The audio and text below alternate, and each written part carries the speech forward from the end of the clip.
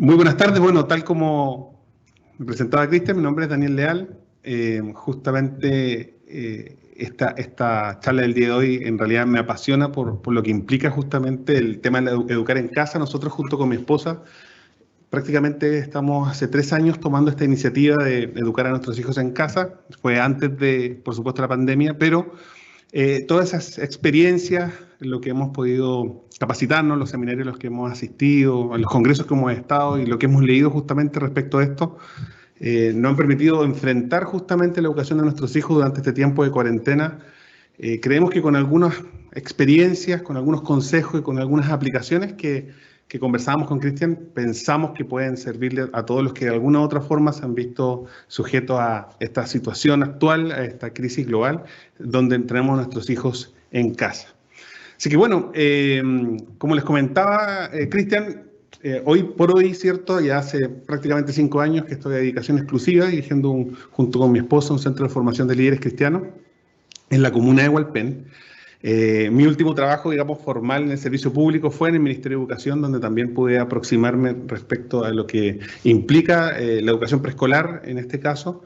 Yo, junto con mi esposa, tenemos 3 hijos, Salvador de 7 años y 2 mellizas, Isabela y Ariela, de prácticamente 6. Técnicamente mañana están de cumpleaños, así que mañana cumplen 6 años. Y ha sido toda una experiencia con ellos, de alguna forma ir conociendo a nuestros hijos y reconociendo a nuestros hijos y descubriendo en cierta forma cómo ellos se estimulan el aprendizaje. Y de alguna forma esta experiencia de estos años de implementar la educación en casa, surge la idea de poder de alguna forma plantear, más que desde una perspectiva netamente teórica o académica, mucho más empírica respecto a lo que implica la educación en casa. Así que ha sido, en realidad, es una tremenda oportunidad compartir con cada uno de ustedes. Le agradezco, bueno, a Cristian, ¿cierto? A la dirección, por supuesto, de su carrera y a la universidad en sí, la oportunidad de compartir estos consejos, estos principios y estas experiencias con cada uno de ustedes. Bueno, tal como les comentaba, en realidad para nosotros ha sido toda una experiencia. Primeramente, contarles que en realidad para nosotros, en lo personal, implica un gran desafío el poder educar a nuestros hijos en casa. Y entiendo que para cada uno de los que está detrás de esta pantalla, que por algún motivo se conectaron el día de hoy, también. Hay un proverbio que dicta que si nosotros enseñamos al niño el camino en el que debe andar, aún de viejo, de grande, no se apartará de él. Como que en cierta forma la influencia que nosotros como padres podemos ejercer sobre nuestros hijos, sobre todo en esta edad entre los 3, 9, 10 años, donde todavía cada una de nuestras influencias, cada una de nuestras enseñanzas y los aprendizajes que podamos sembrar en sus corazones pueden generar de alguna manera la base de la escala valórica que define todo el resto de sus vidas. Y por esas razones que en cierta forma tomamos esta decisión. Nosotros por el ejercicio de nuestro servicio tenemos quizás un horario laboral distinto al común de los mortales. Empezamos muy temprano en la mañana, un bloque generalmente de 7 a 9 y media, 10 de la mañana, y después ya después de las 16, 17 horas, ¿cierto? Hasta las 22 atendiendo reuniones, capacitaciones, atendiendo a las personas. Por eso mismo, en cierta forma, el horario como que tenemos la oportunidad, ¿cierto?, de conversar y compartir con nuestros hijos, es el horario que quizás naturalmente estarían en un colegio de educación formal. Si fuese que ellos estuvieran en educación formal actualmente, bueno, actualmente no, pero en los años que pasaron, probablemente no hubiésemos tenido contactos con ellos. Y de alguna manera conociendo también lo que implica el currículum, ¿cierto?, que el Mineduc le entrega a nuestros hijos en la educación formal, es que tomamos esta decisión. Queremos tener influencia sobre ellos, queremos tener cierta oportunidad de entregarles conocimientos, queremos tener una relación, que eso es lo principal, tener una relación con ellos. Y claramente si me los soltaba la jornada escolar completa a las 16 horas, probablemente yo no los vería sino solo el día domingo. Eso es uno de los propósitos, una de las motivaciones primordiales de por qué nosotros tomamos esta decisión. Quizás no tiene que ver con lo que usted está viviendo hoy día por el tema de la pandemia, pero se los comento porque en cierta forma esta decisión que partió ya hace 3 años atrás justamente ha desarrollado gran parte de lo que hoy día vamos a compartir. Sabemos que constitucionalmente, por el momento, el derecho preferente y el deber preferente a la educación de los hijos es de los padres, y nosotros hemos querido tomar justamente no solamente el derecho, sino el deber justamente de educar a nuestros hijos y de entregarle cada uno de los principios que en cierta forma hemos abrazado como familia y también la educación que necesitan para desarrollarse integralmente. Entendemos que hoy en día la malla curricular y un poco el currículum que existe a nivel nacional estimula ciertos aspectos que son muy necesarios, ¿cierto?, en la vida de nuestros hijos, pero nosotros queríamos ir un poco más allá. Y tiene que ver con la experiencia que nosotros también hemos tenido, ¿cierto?, como personas. En lo personal, bueno, yo le agradezco a la vida de mis padres que justamente en algún minuto fueron sembrando educación en nuestras vidas, a pesar de que teníamos una educación formal, justamente los estímulos más trascendentes que determinaron en algún minuto mi interés por el básquetbol. Yo jugué 8 años básquetbol profesional y eso fue una tremenda oportunidad, no solamente por lo que implica la posibilidad de estudiar becado en la universidad, sino poder desarrollar justamente otras cosas que estaban asociadas a quizás habilidades que no podrían haber sido desarrolladas simplemente desde la perspectiva de una educación formal. Entonces, el mismo cariño que le tuve en algún minuto al arte, a la ingeniería, que me llevó a estudiar arquitectura, tiene que ver con influencias más del hogar que de la escuela, propiamente tal. Y eso, en cierta forma, a nosotros nos genera una inquietud de cuán influyentes podemos ser en la vida de nuestros hijos y cuán ocupados de descubrir sus potenciales personales nos permite, ¿cierto?, el tiempo que estamos con ellos. Y por esa razón es que en cierta forma hemos estado justamente en este tiempo, justo aquí hay una imagen, ahí está, al lado mío está Ariela, que tiene prácticamente 6 años, como le decía, Salvador al medio y Isabela, junto con mi esposa Andrea. Y en realidad ha sido toda una experiencia esto de insertarnos en el mundo de la educación en casa. Entonces, para ir introduciéndonos a lo que nos llama el día de hoy, a nuestros consejos, podríamos decir, a nuestros tips, a nuestras experiencias, que creo que de alguna forma nos pueden ayudar a todos. Tratamos de hacerlo lo más transversal posible, entendiendo que hay apoderados de todas las edades, de todos los formatos. Hay algunos que quizás se quieren introducir en este mundo, hay algunos que de alguna forma están algo quizás complicados con lo que implica justamente tener a los niños en casa y ver cómo desarrollar todos estos programas académicos, los currículum, las guías, ¿cierto?, las clases online. Y de alguna manera, más que enfocarnos en cosas muy técnicas, vamos a tratar de navegar por algunos consejos que creo que nos van a ayudar a todos. El homeschool y la educación formal tienen orígenes diferentes. La educación formal, por supuesto, que hoy día se está desarrollando en casa por causa de la pandemia, tiene que ver con los hijos que están en casa porque no pueden ir al colegio. Hay un currículum formal, ¿cierto?, establecido por el Mineduc, cuáles son los objetivos, y de alguna forma está establecido el proyecto educativo integral de cada una de las unidades educativas. Y la idea de los papás, justamente en este caso, es poder ver cómo cumplir con los requerimientos que el establecimiento educacional le está haciendo para avanzar de alguna manera en la educación de sus hijos. El homeschool es otra cosa. El homeschool de alguna forma tiene que ver con una cosmovisión distinta de educar en casa. Entonces, aunque tiene orígenes diferentes, porque el homeschool elige su currículum, elige el tipo de educación, elige la forma en la que vamos a transferir los contenidos. Hoy en día, aunque el homeschool y la educación formal quizás tienen distintos origen, todos tenemos en común un propósito de educar a nuestros hijos. Y por eso es que de alguna forma el tiempo que tenemos actualmente de tener a nuestros hijos en casa, yo creo que lo podamos ver como una oportunidad, realmente como una oportunidad. Nosotros sabemos que en realidad a los niños nadie les enseña a hablar, ¿cierto? Ellos como que reciben esta influencia por repetición, por escuchar, por emular, y justamente hay muchas cosas que ellos las aprenden de esta manera. Cuando somos niños tenemos habilidades naturales increíbles para aprender idiomas, para instrumentos musicales, ¿cierto? Habilidades artísticas, constructivas, que probablemente son estimuladas no necesariamente por una educación formal, sino por la experiencia, por la investigación, por la curiosidad. Y tener a nuestros hijos en casa el día de hoy es una tremenda oportunidad para poder justamente conocerlos un poquito más y buscar el potencial que hay en cada uno de ellos para que puedan desarrollar sus propósitos personales. Hay muchas personas que probablemente se pasan la vida sin descubrir su propósito personal, sin conocer en realidad cuál es como la beta de cada uno, ¿cierto? Esa interna hambre por desarrollar algo que nos apasiona, que amamos hacer y que quisiéramos hacer de por vida. Y hoy en día tenemos la oportunidad, teniendo a nuestros hijos en casa, de poder descubrir ese potencial que los puede encaminar en su propósito personal. Y justamente las experiencias educativas que podemos tener con ellos nos van a permitir reflexionar y acompañarlos en un proceso educativo que puede ser mucho más trascendente que quizás el que se sienten delante de una pantalla, completen una guía o respondan un cuestionario. Quiero contar la historia de una mujer llamada Gillian Lane. Esta historia, cuando yo la conocí, realmente a mí me cautivó. Justamente fue en el tiempo donde estábamos tomando la decisión de hacer home. I'm doing a new book at the moment called Epiphany, which is based on a series of interviews with people about how they discovered their talent. I'm fascinated by how people got to be there. It's really prompted by a conversation I had with a wonderful woman who most people have never heard of. She's called Gillian Lynne. Have you heard of her? Some have. She's a choreographer, and everybody knows her work. She did Cats and Phantom of the Opera. She's wonderful. I used to be on the board of the Royal Ballet in England, as you can see. And anyway, Gillian and I had lunch one day. I said, how'd you get to be a dancer? And she said it was interesting. When she was at school, she was really hopeless. And the school in the 30s wrote to her parents and said, we think Gillian has a learning disorder. She couldn't concentrate, she was fidgeting. I think now they'd say she had ADHD. Wouldn't you? But this was the 1930s, and ADHD hadn't been invented, at this point, so it wasn't an available condition. People weren't aware they could have that.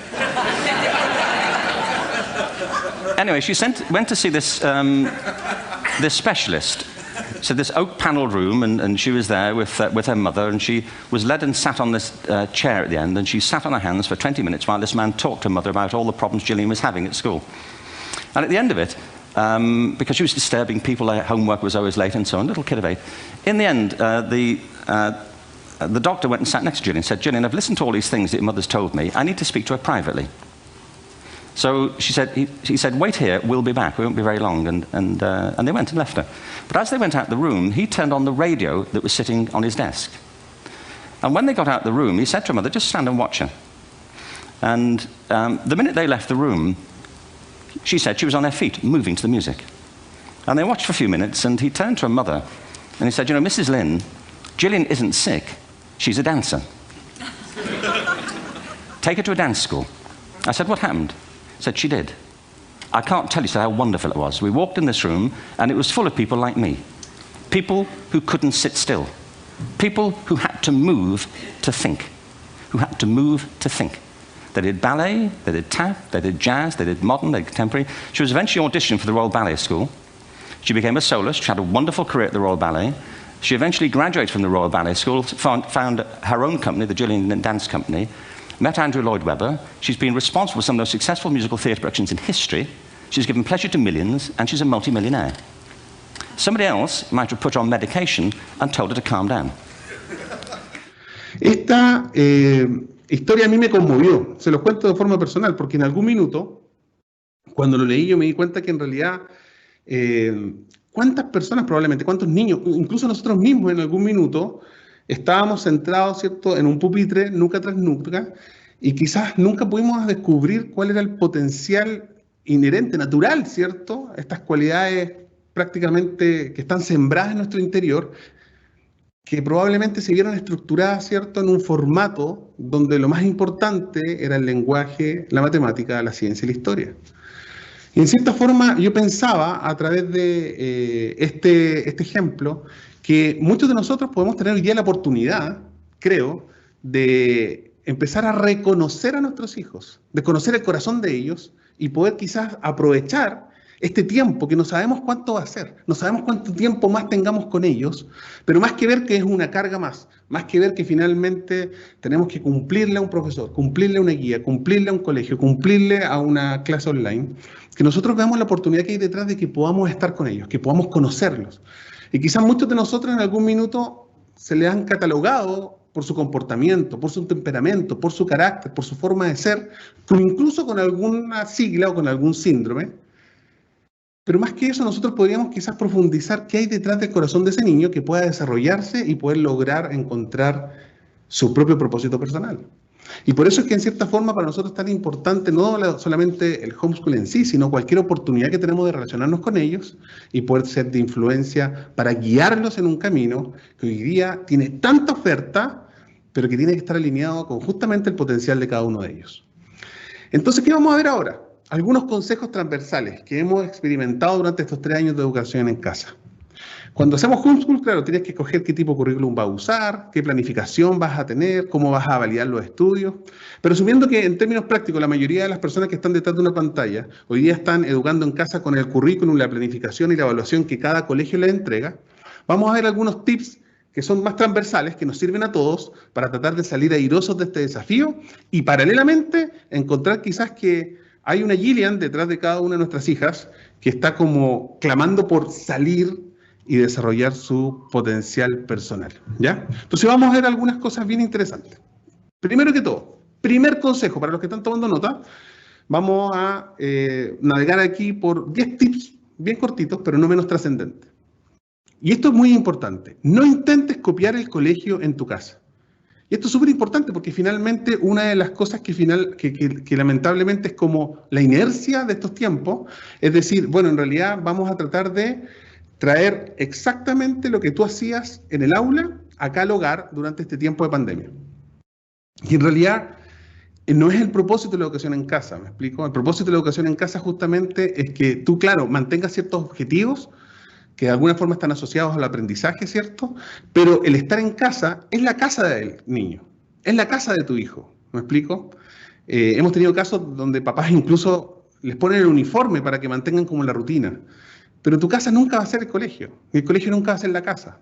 Ahora, ¿podemos educar en casa? Sí, pero lo importante no es como tratar de traer el colegio al hogar y establecer, ¿cierto?, casi como un holograma de lo que era el aula. Por lo tanto, no es necesario tener pupitre, no es necesario estar nuca con nuca, no es necesario tener, ¿cierto?, una pizarra y el profesor adelante mirándolos, ¿cierto?, como simples números. No es necesario inclusive ponerle los uniformes, se los comento porque lo hemos visto, sino que lo más importante es definir los objetivos generales que tiene la educación. ¿Cuáles son los objetivos generales de que queremos lograr con esto? ¿Qué es lo que de alguna forma me está pidiendo el profesor? No la guía en sí. ¿Cuál es el propósito? ¿Cuál es el sentido de lo que de alguna forma necesitamos enseñarle a nuestros hijos? No es necesario planificar cada minuto del día, ¿cierto? Como jornada de 45 minutos, recreo, 45 minutos, recreo, porque de alguna forma no es el colegio, pero sí tener una flexibilidad necesaria como para que esta oportunidad nos dé tiempos de aprendizaje que no solamente se van a desarrollar con la guía, con el cuaderno, con el libro, ¿ya? Genera frustración para un niño intentar estar en su casa y ver que su living comedor se transforma en el aula de clases. Es importante entender que esto es un experimento que me acuerdo que lo conocí hace un tiempo atrás. Conversaba con un matrimonio que ellos dirigen un colegio online, justamente. Y ellos tienen una hija que toda la vida fue educada en casa. Pero cuando llegó segundo medio, ella dijo, ¿sabes qué, papá, mamá? Les quiero contar algo. Yo pasé primero medio, me ha ido bien durante todos, desde primero básico, primero medio, me ha ido súper bien. Quiero experimentar algo nuevo. ¿Qué quiere experimentar, hijo? Quiero ir a un colegio formal. ¿Tú sabes lo que eso implica? Sí, sí sé lo que implica, ya estoy en segundo medio, quiero probar la experiencia. Perfecto, hija, la matricularon en un colegio. Y yo conversábamos con la niña nos decía, mira, si lo más frustrante es que técnicamente yo sabía que en mi casa, dedicando 2 horas, máximo 2 horas y media al día de estudio, desarrollaba el programa del Mineduc completo en 6 meses. Y llego al colegio y empiezo a cronometrar cuáles son los tiempos útiles de aprendizaje. Y me dijo 2 horas 20 en toda la jornada escolar completa. Desde las 8 de la mañana hasta las 4 de la tarde, 2 horas 20 fueron de aprendizaje. El resto, haga la guía, el resto esperen al compañero. Y se entiende, en el colegio, yo me imagino, en mi caso, un profesor, 40 alumnos, y hay que esperar, por supuesto, al que va más lento. Debe ser frustrante para muchos niños. Y más encima, si no termina la guía, tarea para la casa y tráiganme la guía mañana. Entonces, finalmente, claro, los niños están en función de responder a ciertas evaluaciones y a ciertas metas. Entonces, ella nos comentaba la cantidad de tiempo, entre comillas, para ella, que perdía dentro de la unidad educacional, ¿cierto? Que no podía ser usada en otras cosas que a ella sí le apasionaban. Por lo tanto, no piense que tiene que mantener exactamente el mismo horario y los mismos bloques. Simplemente 2 horas y media y hasta 3 horas máximo de aprendizaje en el día le permite y le equivale efectivamente a un día completo en el aula con 20 alumnos. Ken Robinson, un escritor, ¿cierto?, autor y conferencista, experto en educación, en realidad es una oportunidad, si usted puede leer alguno de sus libros. Dice que no hay ningún sistema educativo que le enseñe danza a los niños, todos los días de la misma manera que le enseñamos matemáticas. ¿Por qué no? Creo que las matemáticas son muy importantes, dice el autor, pero también la danza. Los niños bailan todo el tiempo y todos tenemos cuerpos, ¿no? Lo que en verdad ocurre es que cuando los niños crecen, los comenzamos a educar progresivamente de la cintura hacia arriba y después con los años nos concentramos en sus cabezas y ligeramente en un lado de la cabeza. Y esto es cierto. En realidad es el propósito y es el fin finalmente y no tiene que ver con los docentes para nada, tiene que ver específicamente con cómo se desarrolla la educación formal. Por lo tanto, ahora que estén en tu casa, no es traer el colegio a tu casa, no es mantener ese horario en tu casa, no es hacer las cosas que hacían en el colegio en tu living, sino de alguna forma empezar a experimentar el conocer el corazón de tu hijo. Aquí nosotros estamos viendo cómo son nuestras clases, ¿ya? Papel, cartoné, cola fría. Aquí todos los rollitos de papel higiénico se usan para hacer animales. Ahí tenemos búhos, tenemos cocodrilos y muchas cosas más. Pero claramente, si usted lo ve, dice, oye, la casa de Daniel no se parece en nada a un colegio. Y esa es la idea finalmente. Vamos al segundo tips importante. Si tú estás educando en casa, ya sea porque lo decidiste o porque tienes a los niños en tu casa, es importante que tú ordenes un espacio de estudio. Que finalmente el espacio de estudio sea un lugar que de alguna forma esté preparado para tu hijo. No un aula, un espacio. Un lugar donde puedan estar tranquilos, un lugar que tenga idealmente luz natural, que tenga suficientemente espacio para poder desarrollar una clase de una forma dinámica, lúdica.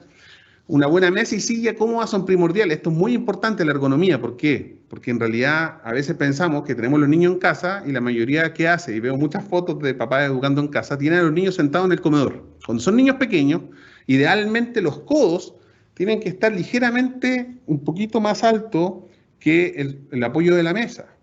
Por lo tanto, si estás en el comedor porque no tienes un escritorio pequeño, la idea sería al menos que le subas el asiento con algunos cojines y que lo acerques a la mesa, pero lo importante es que la planta de los pies estén también tocando el piso.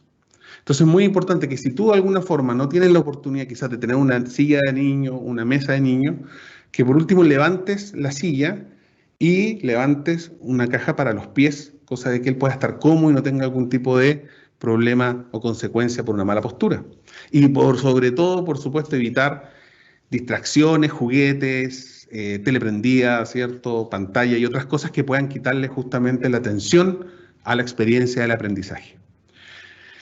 El proyecto Elige Educar, que es justamente una muy buena plataforma y una muy buena organización para poder entender el trasfondo de lo que son las experiencias de aprendizaje, ellos llegan a la conclusión que para desplegar el máximo potencial de nuestros niños y jóvenes es indispensable repensar el espacio y el diseño de nuestros lugares de estudio. Un espacio educativo diseñado para el aprendizaje contribuye o puede contribuir enormemente al proceso educativo. Y esto es muy cierto. Cuando uno ve estos grandes colegios, ¿cierto? Sobre todo en Europa, que han ganado los premios PISA, uno se da cuenta, sobre todo en algún minuto estuvimos en realidad creo que todavía estamos en un proyecto de desarrollar una escuela libre, y estudiamos, como estudio de caso, veíamos algunos edificios, bueno, en realidad como arquitecto estudiábamos la parte espacial, ¿cierto? Y constructiva de estas escuelas finlandesas, que durante muchos años, por lo menos hasta el 2018, seguía rankeando los mejores resultados. Y veíamos que en realidad la arquitectura era una experiencia educativa. El comedor era una experiencia educativa. Los pasillos son una experiencia educativa. En realidad no estaba el aula normal, nuca con nuca. Generalmente todas eran concéntricas, eran circulares, porque ellos llegaban a esa conclusión, arquitectos vinculados en el área educativa, que los espacios son fundamentales para la educación. Es muy importante la ergonometría. Aquí tenemos algunos ejemplos acá de nuestras niñas, que generalmente nosotros, claro, usamos una silla para su edad.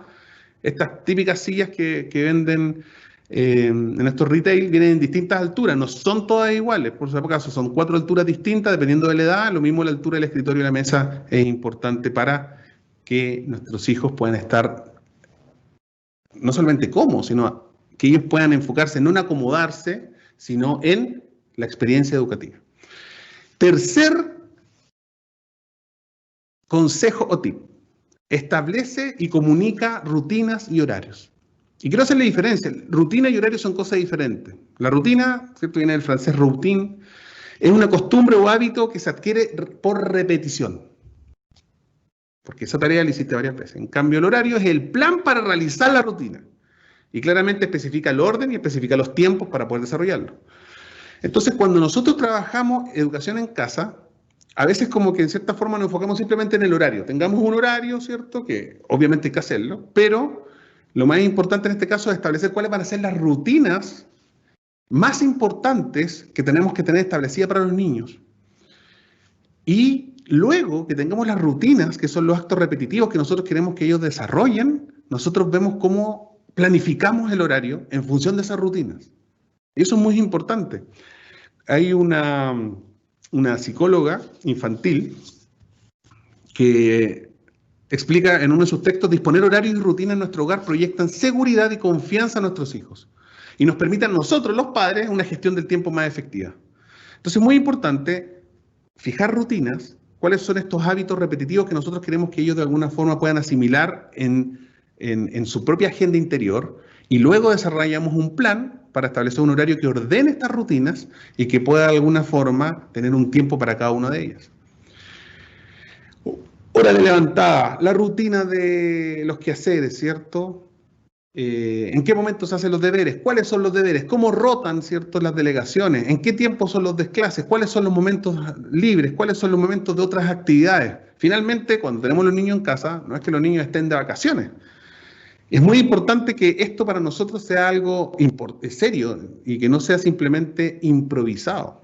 En nuestro caso tenemos los horarios, generalmente los dibujamos, mi esposa y se manejan estas cosas más visuales y tratamos de pegarlo. Ahí tenemos un reloj tipo que nos resultó muy bien, que de alguna forma la idea era que vaya mostrando las horas para que ellos vayan aprendiendo estas dos cosas, cómo leer, ¿cierto?, el reloj y al mismo tiempo ir conociendo sus delegaciones. Y el horario, ¿cierto?, la levantada, los desayunos, los tiempos de estudio, los tiempos de almuerzo, las actividades libres, el tiempo de la cena, el tiempo del dormir, y ellos de alguna forma lo van asimilando y van estableciendo estas rutinas que de alguna forma están planificadas en un horario. Cuarto, idealmente emplea la mañana para educar a tus hijos. Y claro, tú me podrías decir, sí, pero es que en el colegio mi hijo va en la tarde. Es que en la mañana hay muchas cosas que hacer. En la mañana estamos trabajando, en la mañana estamos con los quehaceres del hogar. Sí, perfecto. Que pueden haber muchas situaciones complejas y muchas realidades distintas. Simplemente yo estoy planteando cuál es, como entre comillas, lo ideal. Lo ideal es que si tienes la oportunidad, en este caso, tu cónyuge, tutor, abuelo, abuela, que puedan de alguna forma ayudar en la educación en casa, que idealmente se emplee sabiamente en la mañana. La primera hora de la mañana, después del desayuno, de las delegaciones iniciales, es cuando la mayoría de los niños están en su mejor momento y es donde de alguna forma están más activos. Es la mejor etapa para poder captar su atención porque están frescos mentalmente y obtienen el máximo, ¿cierto?, de aprendizaje. Ahora, no muy de madrugada y tampoco en la tarde. De hecho, hay una publicación de la Universidad de Harvard y hay otra en la Universidad de Oxford que dicen que este reciente estudio concluyó que iniciar las clases antes de las 8 de la mañana daña la salud y capacidad de aprendizaje de los niños. Lo recomendable es comenzar a estudiar a las 10 de la mañana. Nosotros, en cierta forma, nos hemos dado cuenta empíricamente que esto es cierto. En algún minuto probamos la educación formal. Con un año estuvo mi hijo mayor en un colegio. Tratamos de buscar la mejor oferta educativa que nos da el presupuesto, pero al mismo tiempo estudiamos el PI, estudiamos el currículum, estudiamos en cierta forma la actividad esta programática, vimos las instalaciones y todo lo necesario para ver cuál era la mejor oferta y aún así no cumplía con los estándares que nosotros teníamos para poder educar a nuestros hijos. Pero era bien traumático que se tenía que levantar tan temprano para poder llegar y llegaba, ya llegaba fundido 10 para las 8 de la mañana entrando al colegio. Y en realidad es muy cierto, hoy en día ellos se levantan 7, 7 y media de la mañana, ¿cierto? Pero en su casa hacen todas sus delegaciones, toman su desayuno, su estudio bíblico de mañana, y ya a las 9 y media ellos están activos para recibir. Cuando hemos intentado, porque se nos quedó algo pendiente, porque por la flexibilidad tuvimos que hacer un cambio de horario y tuvimos que de alguna forma hacer la experiencia de aprendizaje, ya en la tarde nos damos cuenta que su recepción es totalmente diferente. Y justamente nos demoramos prácticamente el doble en poder sembrar el mismo contenido que a las 9 y media, 10 de la mañana. Ahí están tempranito, ¿cierto? Pueden sacar cosas maravillosas. Ahí están, ¿cierto?, con el combate naval de Iquique, con la primera Junta Nacional de Gobierno, ¿cierto? El descubrimiento de América. Y pueden descubrir otras cosas que justamente les da el tiempo, les da la energía para hacerlo y no se sienten frustrados, sino se sienten sumamente estimulados para el aprendizaje. Y el quinto, planifica tu clase. Esto es muy importante. No improvises tanto. O sea, siempre las experiencias de aprendizaje tienen que tener un rango de improvisación. ¿Por qué? Porque de cierta forma las respuestas, las inquietudes que tienen nuestros hijos a veces hacen que no todo pueda hacerse, o todo pueda enseñarse, o todo pueda transferirse de la manera que teníamos pensado. Pero en lo ideal, no puedo llegar y presentarme a la clase de mi hijo y tomar la guía y decir, ya, esto es lo que hay que hacer y nos vemos mañana, ¿me explico? Es importante darle un tiempo más. Primero que todo, cuando tú planificas una clase, tienes que pensar, antes que cualquier cosa, cuál es la necesidad de tu hijo. Y eso te puede llegar incluso a cuestionar si es necesario enseñarle esto que tienes en tus manos, ¿me explico? O quizás hay algo más que quieres profundizar. ¿Cuál es el sentido de lo que le voy a enseñar? Y si yo estoy claro de cuál es el propósito de lo que estoy tratando de transferir. Y después que tengo claro la necesidad, tengo claro el sentido, ahí recién yo siembro, ahí recién yo transmito a mi hijo.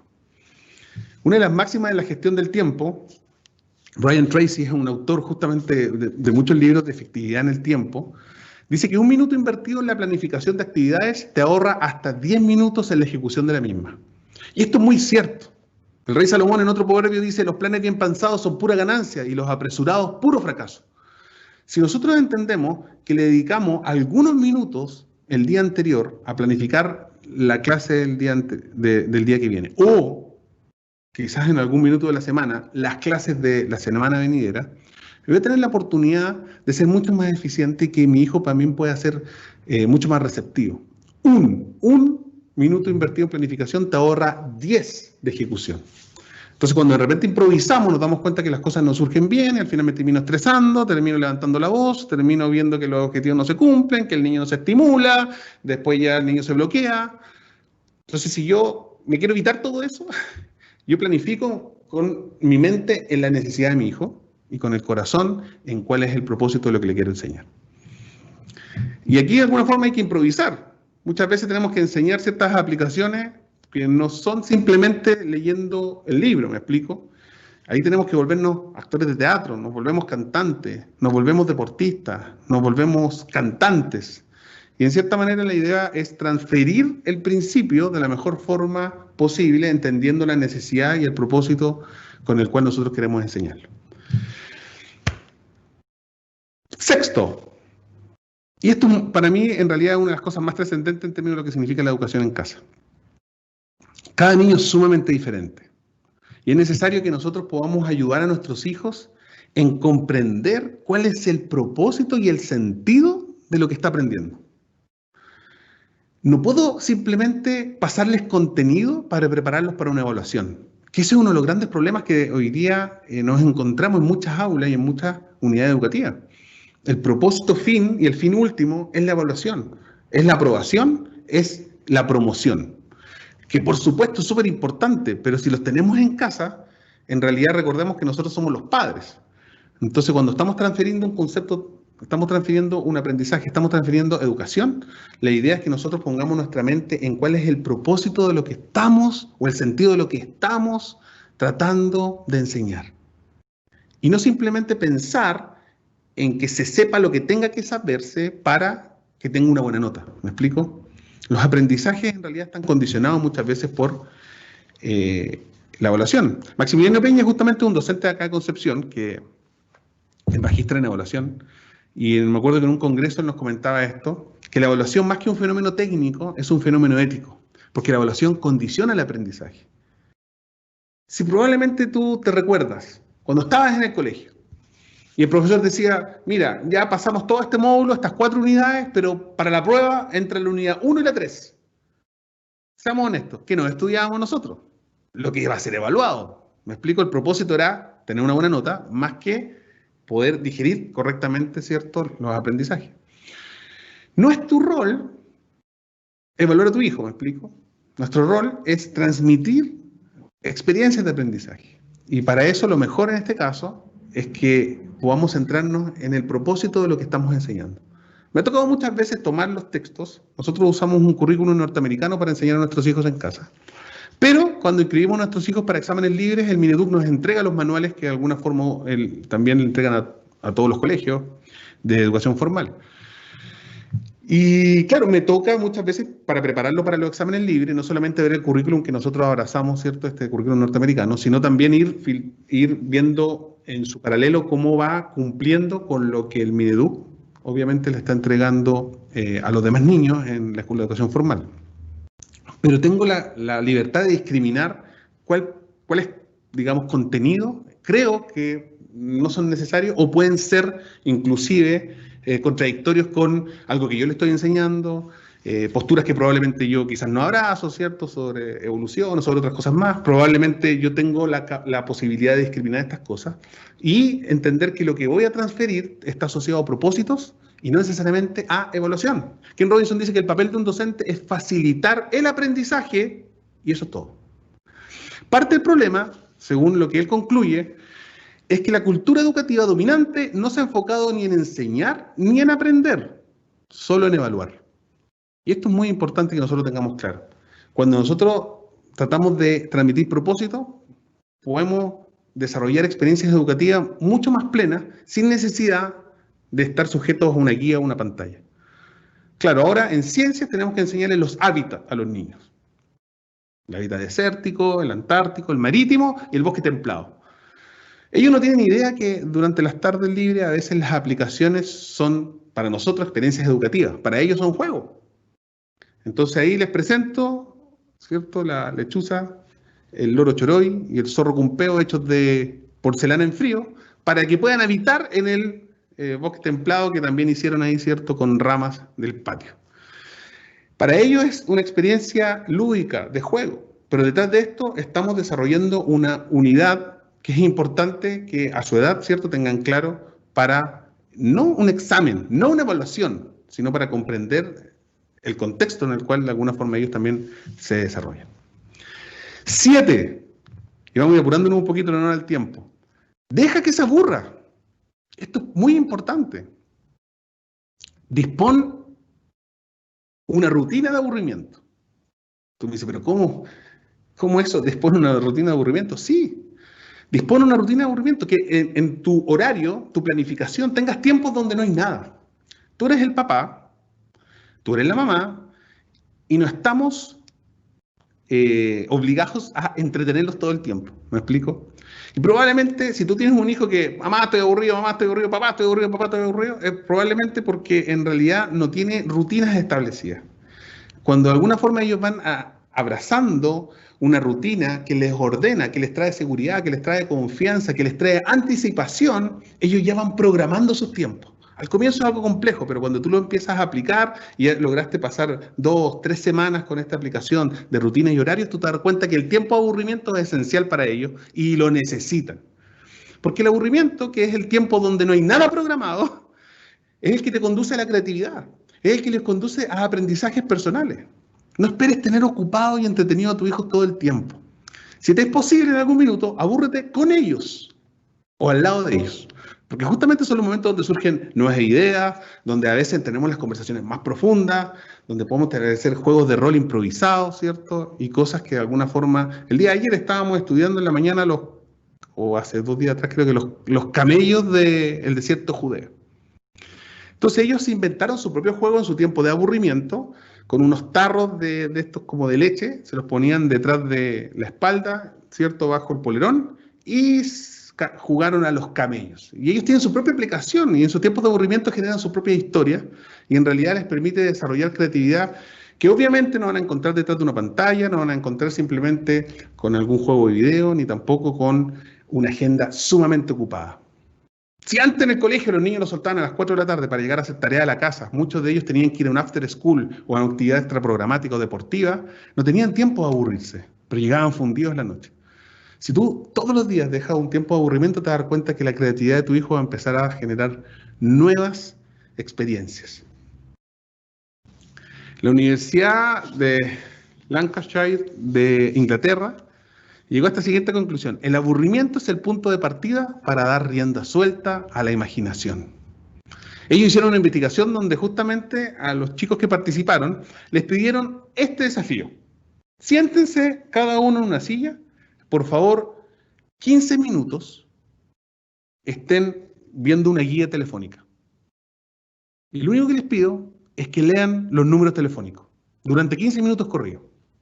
Obviamente una tarea sumamente aburrida para los niños, pero lo importante es que cuando terminaron esos 15 minutos y cada uno cumplió la tarea de repetitivamente y aburridamente leer los números telefónicos, los sometieron a un sinnúmero de pruebas de creatividad. ¿Y saben qué comprobaron en esta universidad?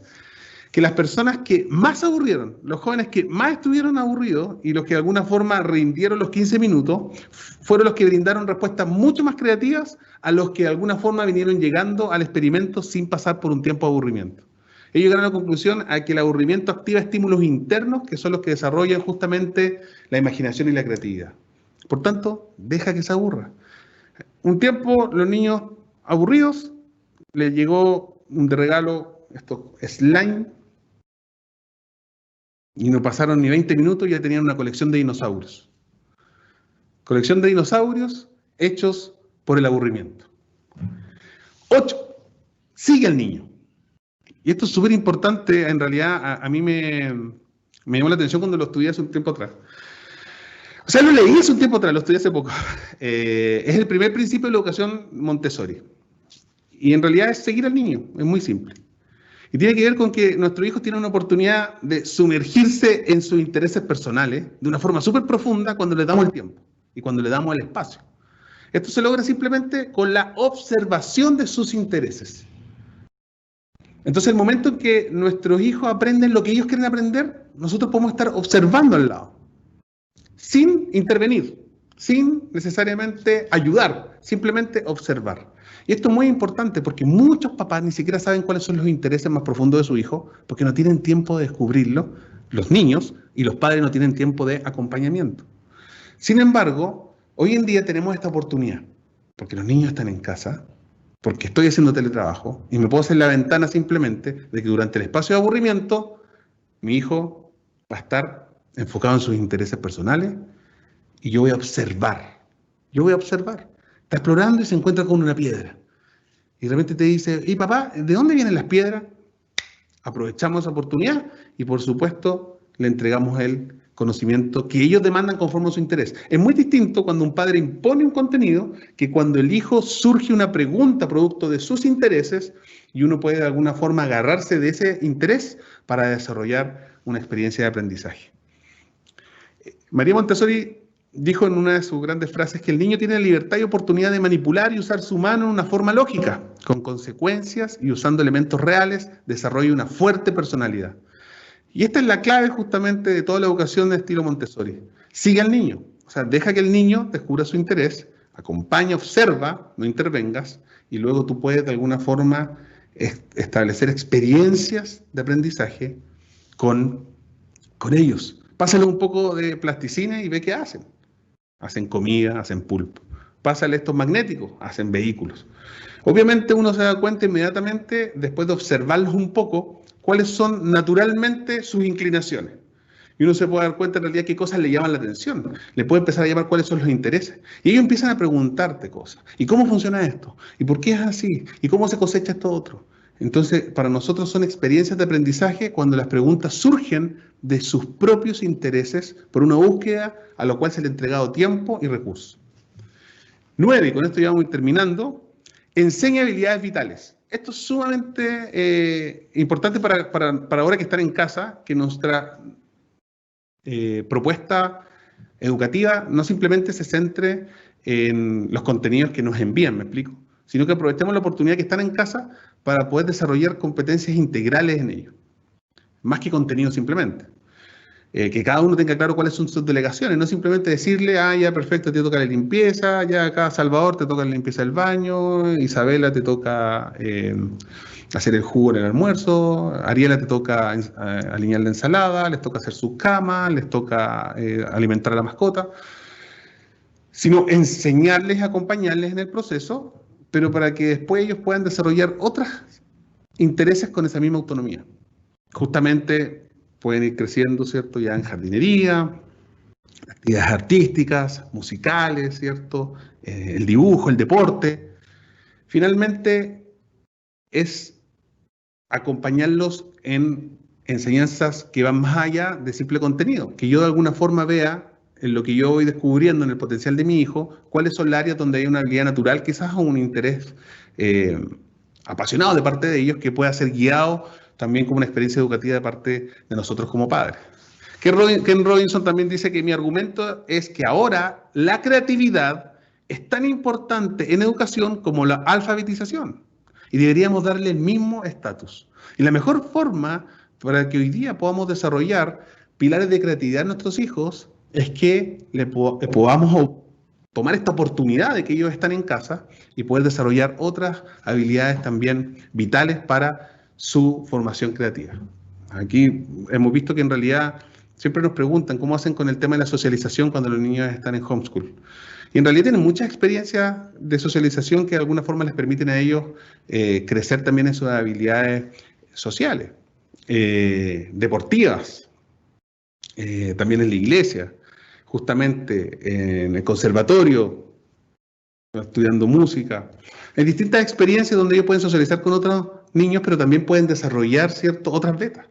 Ya con Salvador hemos probado 2 deportes, ahora iríamos por el tercero, distintos instrumentos también.